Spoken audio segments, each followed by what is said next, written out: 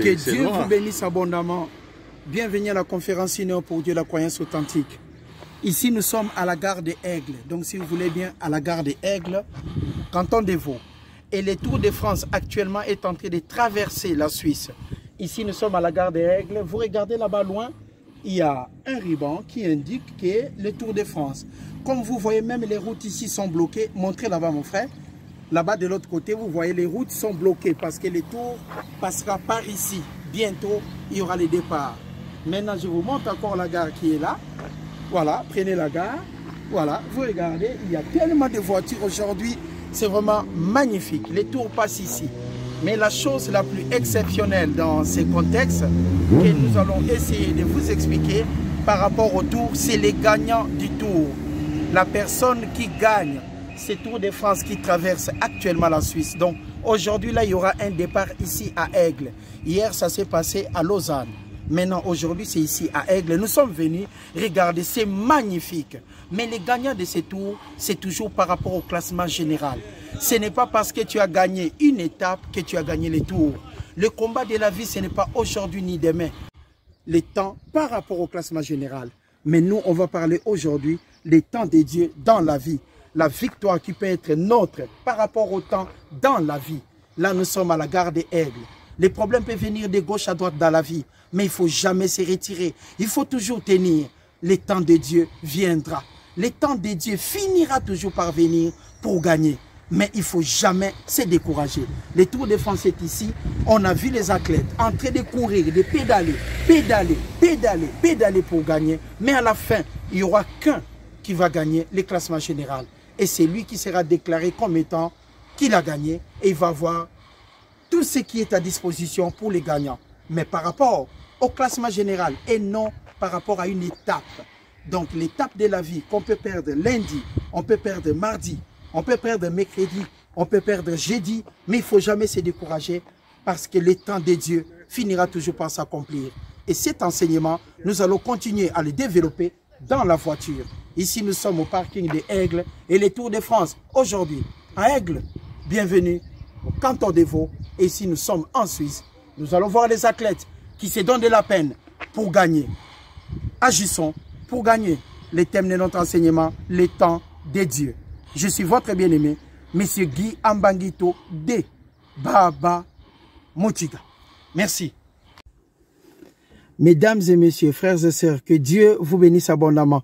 Je suis votre bien-aimé, M. Guy Ambangito de Baba Motiga. Comme je vous avais dit au départ, que ici nous sommes à Aigle. Aujourd'hui, il y a le Tour de France ici. Donc hier, c'était à Lausanne. Il y avait plus de 100 000 personnes. Aujourd'hui, ici, il y aura du monde partout.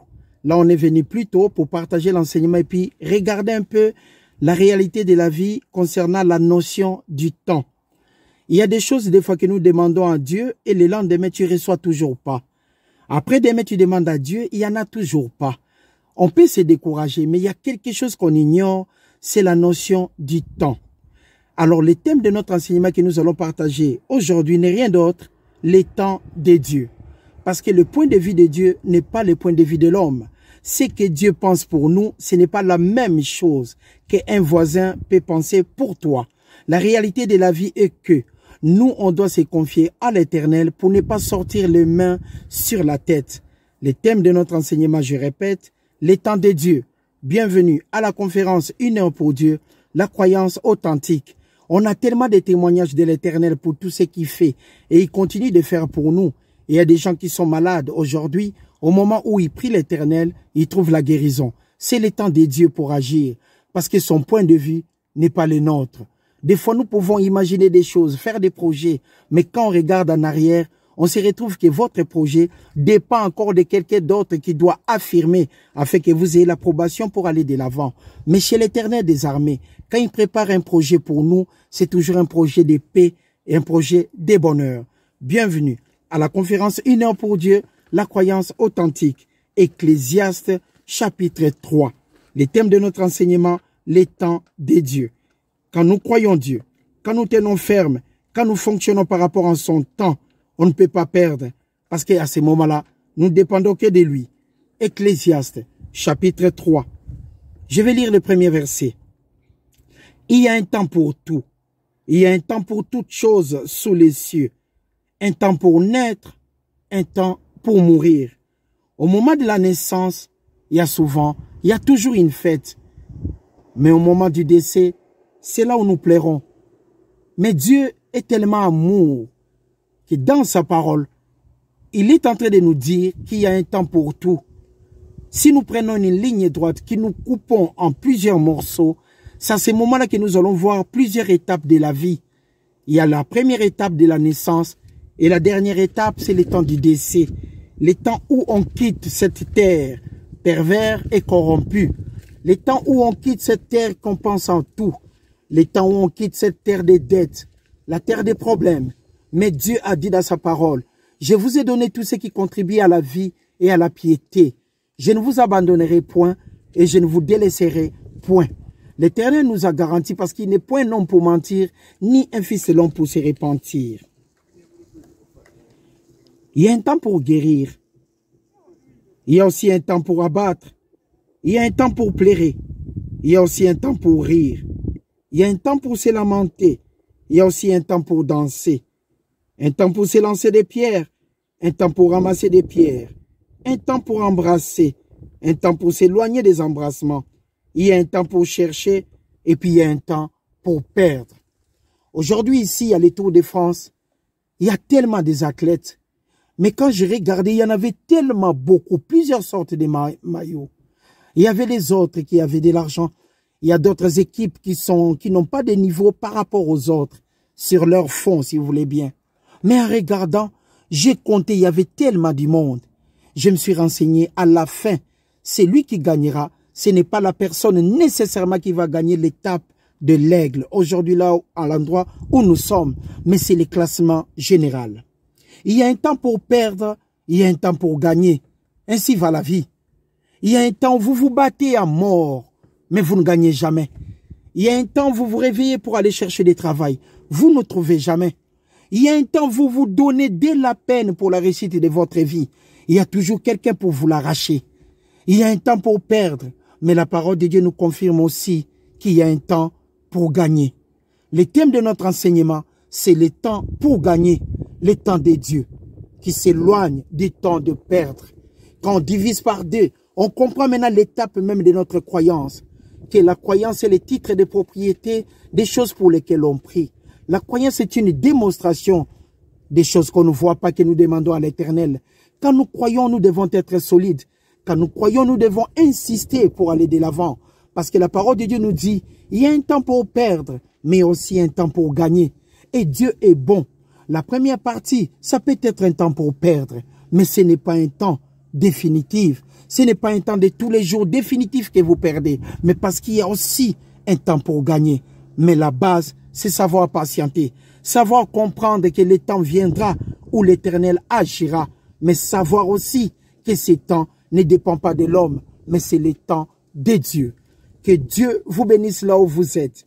Même si vous êtes malade, comprenez qu'il y a un temps qui va venir. On appelle ça le temps de Dieu. Même si vous n'avez pas de travail, comprenez qu'il y a une chose à patienter jusqu'au temps de Dieu. Marc chapitre 10. Dieu est vraiment bon. Il est miséricordieux. On a vu ici, il y a des familles et des familles. On est venu se réjouir pour regarder ces Tours de France qui est tellement magnifique. Le livre de Marc chapitre 10.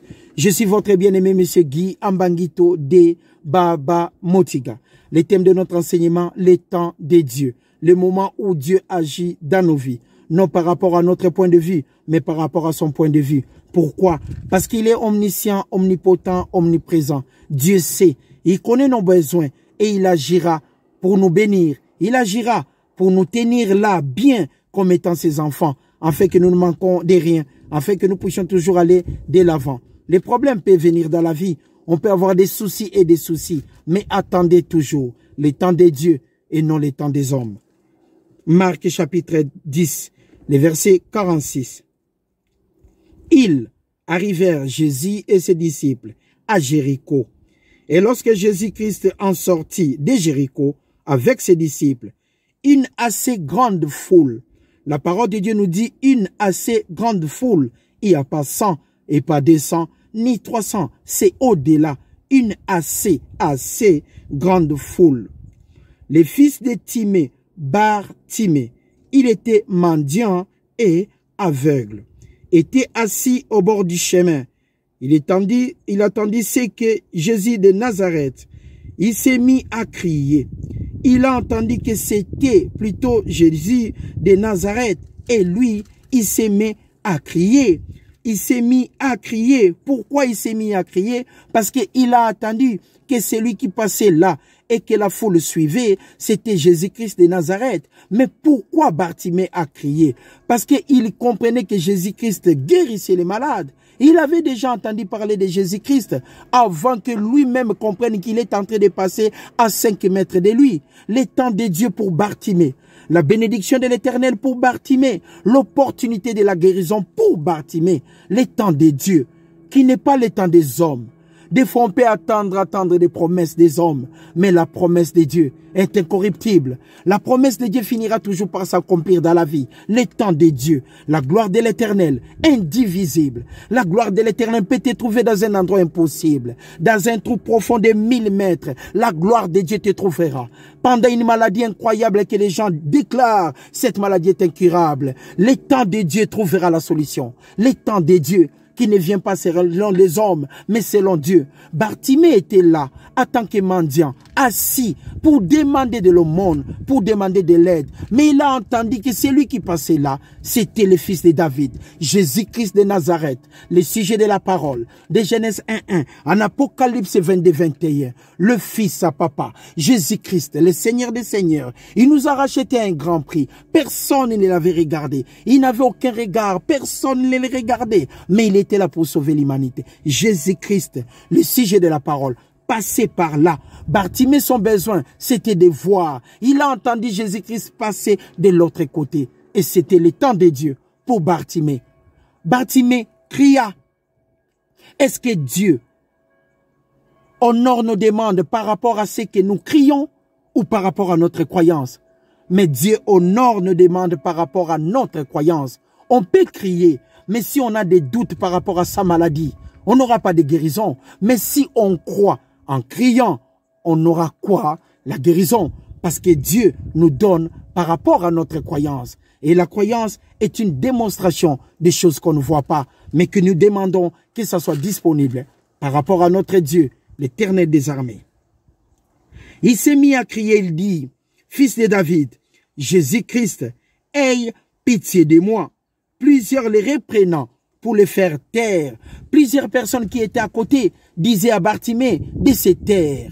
Plusieurs personnes qui nous accompagnent dans la vie, les gens qui nous entourent. Au moment où tu lui expliques un projet, écoutez mon frère, j'aimerais commencer à faire des promesses, et des commerces plutôt, quitter de gauche pour se rendre à droite. La première des choses, il te demande, tu as quoi? Tu as combien? Au moment où toi tu dis j'ai autant, il te dit ah non, non, non, il faut encore ajouter. Il y a toujours des gens qui apportent des doutes dans notre vie. Il y a toujours des gens qui sont là, non pour nous accompagner à la réussite, mais pour nous amener à l'échec.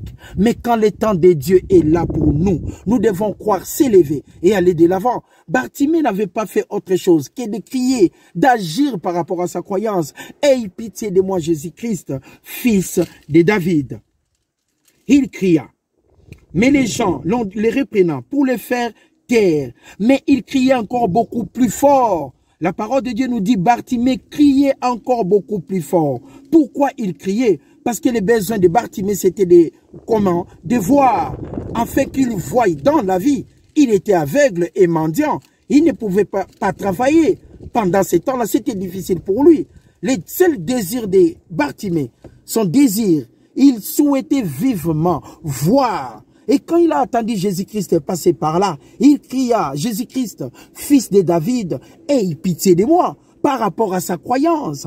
Il croyait que quand il a entendu Jésus-Christ, il a dit, ah, j'ai entendu Jésus-Christ, le Fils de Dieu, qui faisait des miracles. Jésus-Christ faisait des guérisons. Et il a entendu cela. Il a demandé aussi pour sa part d'être guéri. Il a demandé par rapport à sa croyance. Les gens ne voulaient pas qu'il parle.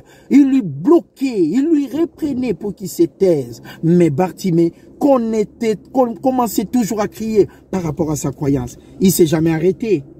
Il criait encore beaucoup plus fort par rapport à sa croyance. fils de David, encore une fois, aie pitié de moi. Et Jésus-Christ s'arrêta. Jésus-Christ s'arrêta. C'était le début de la solution. L'arrivée du temps de Dieu que l'homme ne peut pas tracer. Ce qui est impossible à l'homme de tracer la vie de l'autre. Je me souviens la première fois qu'on a mis les pieds en Suisse.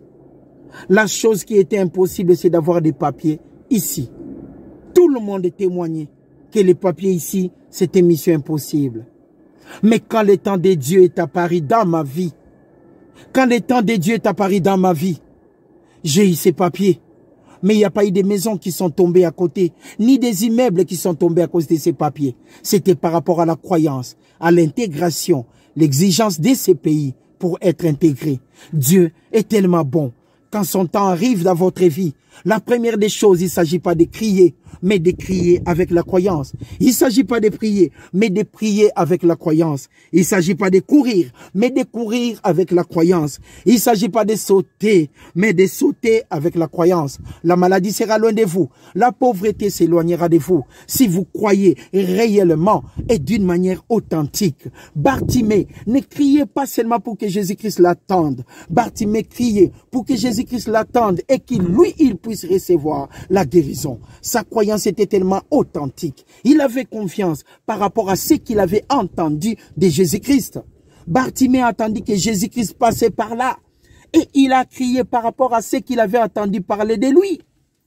Si on parle que cet homme est méchant, vous attendez, vous êtes aveugle. On vous dit que cet homme est en train de passer tout près de toi. La première des choses à faire, c'est de fuir. Parce que vous avez entendu parler de lui qu'il était méchant. Mais les gens lui parlaient de Jésus-Christ comme étant il guérissait les gens. Il aidait les gens pour que ces gens recouvrent la vue. Et Bartimée a entendu cela. C'était l'opportunité de la vie. Dieu est tellement bon. Le temps de Dieu n'est pas le temps des hommes. Quand les hommes prédisent l'échec, mais le temps de Dieu prédit toujours le contraire. Quand les hommes disent ça ne suffit pas, mais avec Dieu ça suffit largement. Et il y a encore du reste. Quand les hommes disent que vous êtes au terminus, mais Dieu vous dit, vous n'avez encore pas démarré. Incroyable, papa. Le Dieu tout-puissant. Quand les gens se moquent de la parole, lui dit qu'il est son avocat. Vous êtes censé tout simplement d'enseigner avec joie et simplicité de cœur. Bartimée, il a entendu parler de Jésus-Christ et il a développé sa croyance. Fils de David, aie pitié de moi. Jésus-Christ s'arrêta et il dit, appelez-les. Il appelèrent l'aveugle en lui disant, prends courage, lève-toi, il t'appelle. Jésus-Christ t'appelle par rapport à ta croyance. Jésus-Christ t'a appelé, ce n'est pas parce que tu as crié plus fort, mais tu as crié avec ta croyance. Jésus-Christ t'a appelé parce que tu as demandé. Ce n'est pas parce que tu as demandé avec insistance, mais tu as demandé avec insistance, y compris la croyance. Vous n'aurez jamais du travail parce que vous vous levez tôt le matin pour que les gens vous voient que vous êtes en train de vous lever. Mais vous aurez du travail quand vous tenez votre stylo. Et au moment où vous écrivez, vous dites, Christ en moi, c'est l'espérance de la gloire. C'est la volonté de Dieu que je puisse travailler pour nourrir ma famille. C'est la volonté de Dieu que je puisse mener une vie dans l'abondance. Parce que les voleurs ne viennent que pour dérober, égorger et détruire. Moi, Christ, je suis venu afin que les brebis aient la vie et qu'elles soient dans l'abondance. Au moment où vous tenez votre stylo avec la conviction que la volonté de Dieu est que tous les hommes prospèrent à tous égards. La prospérité à tous égards vient de Dieu. Le temps de Dieu est en train de s'accomplir dans votre vie. Au moment où vous tenez votre stylo pour faire une demande d'emploi, écrivez avec la croyance. N'écrivez pas 1000 phrases sans la croyance, mais écrivez plutôt 100 000 lignes, mais avec la croyance. Et si vous avez le moyen, écrivez même 3 phrases seulement, mais avec la croyance. Et vous aurez votre travail. Ce n'est pas question de se déplacer 1000 fois. Mais à chaque fois, quand vous vous déplacez, vous devez croire. Bartimée n'avait pas crié parce qu'il avait attendu n'importe quoi. Mais il a crié parce qu'il a attendu que c'était Jésus-Christ de Nazareth, les Galiléens. Que Dieu vous bénisse abondamment. Le thème de notre enseignement est le temps de Dieu. Les gens se moquaient de moi parce que j'étais pauvre. Les gens se sont moqués de moi parce que je ne voyais pas. Mais le temps de Bartimée était là, le temps de Dieu.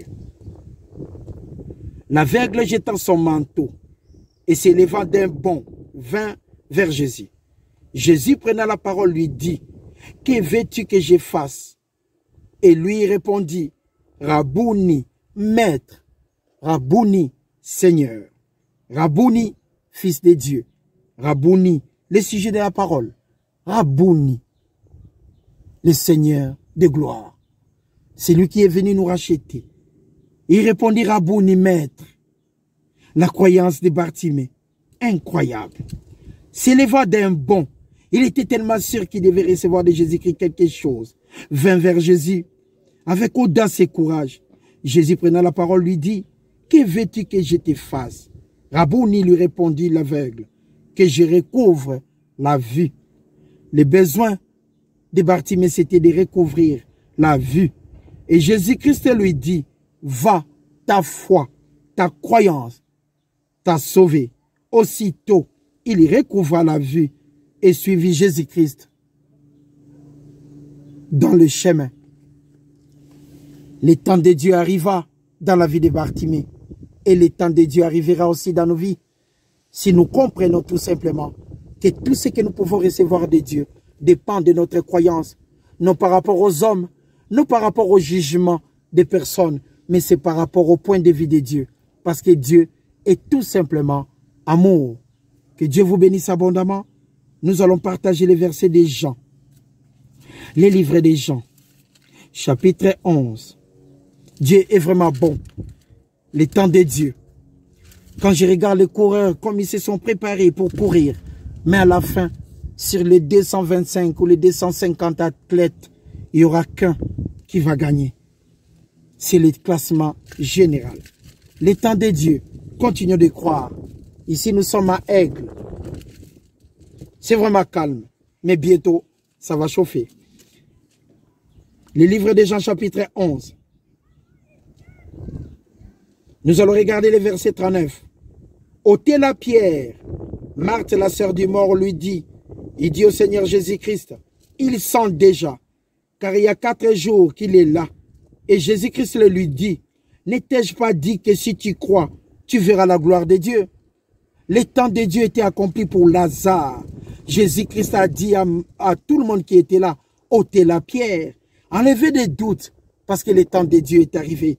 Enlevez les doutes aussi longtemps que le temps de Dieu est arrivé dans votre vie. Tout est possible à celui qui croit. Jésus-Christ a répondu. Il a dit à Marthe, je te l'avais dit, tout est possible. Tout est possible à celui qui croit. Crois seulement et tu verras la gloire de Dieu. C'était là le temps de Dieu pour vous. Que Dieu vous bénisse abondamment. Je suis votre bien-aimé, Monsieur Guy Ambangito de Baba Motiga. Je vous souhaite un bon dimanche avec joie et simplicité de cœur. Continuez de tenir parce que le temps de Dieu finira par s'accomplir dans vos vies.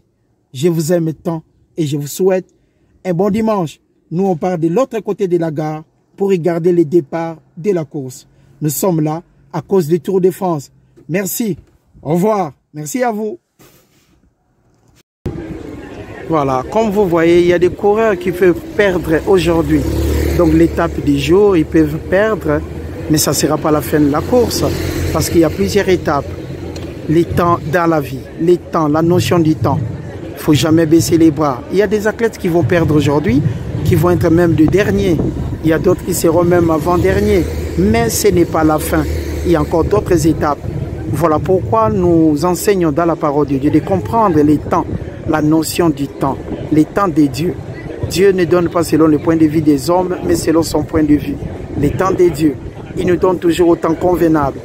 Là, vous voyez, c'est la gendarmerie française qui continue de passer. La gendarmerie française pour la sécurité de la course, pour préparer le chemin. Voilà. Et après, nous allons voir maintenant les coureurs, les athlètes qui luttent contre les temps, qui luttent par rapport au temps. Il y a un temps pour toute chose. Il y a un temps pour perdre, il y a aussi un temps pour gagner. Mais le temps pour perdre ne signifie pas que c'est la fin de la lutte. Le temps pour perdre signifie tout simplement de continuer de croire pour aller de l'avant. La course vient de commencer, le Tour de France. Là, nous sommes au départ à Aigle. Là, bientôt, ça va partir.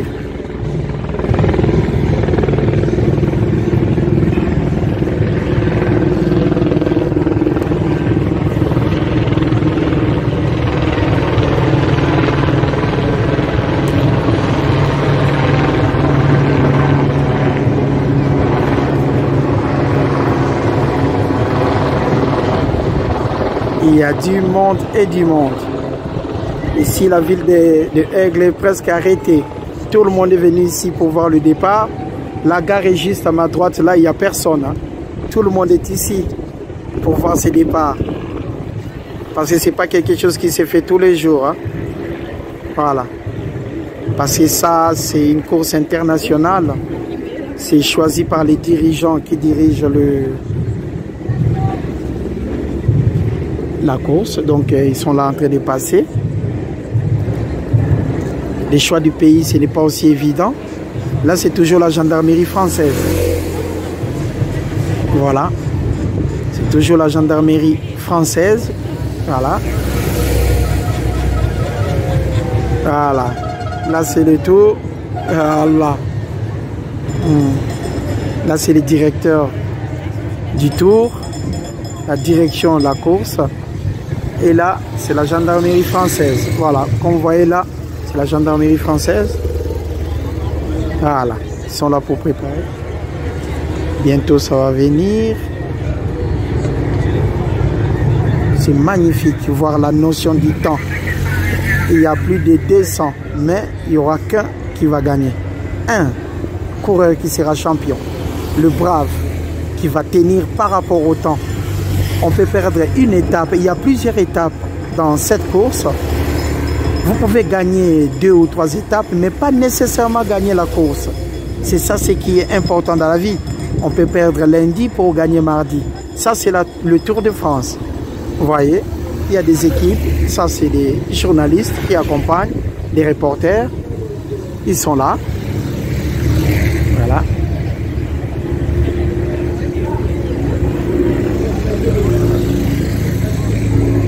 Voilà.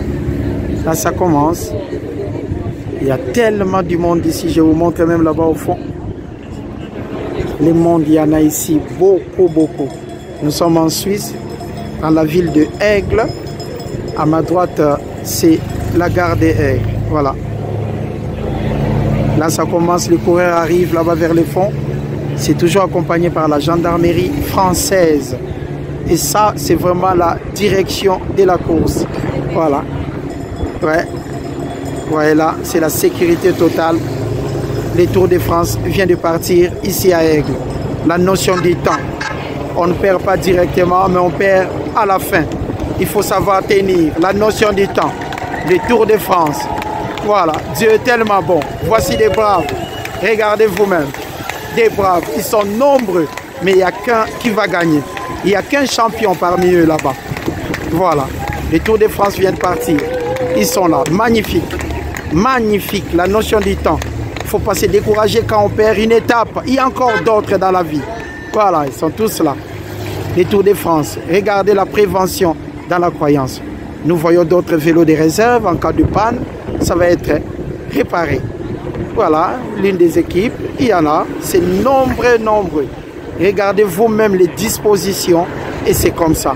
Et le temps de Dieu arrivera. C'est une réalité vraiment très réelle. Regardez la vitesse. Regardez la vitesse. Voilà. Il y en a beaucoup d'équipes. Ah. Là, ils vont tous de l'autre côté. Voilà. Ils sont nombreux, bien organisés. Bien organisés. Ils font des pays et des pays. Très bien organisés. C'est comme ça dans la vie. Chaque chose a son temps. C'était là le départ du tour. Et le thème de notre enseignement est le temps de Dieu. Ne dépend pas de l'homme, mais de notre croyance. Voilà. Que Dieu vous bénisse abondamment. C'était là la conférence 1 heure pour Dieu, la croyance authentique, ici à Aigle. Merci beaucoup. Voilà des dispositions magnifiques. Magnifiques. Voilà.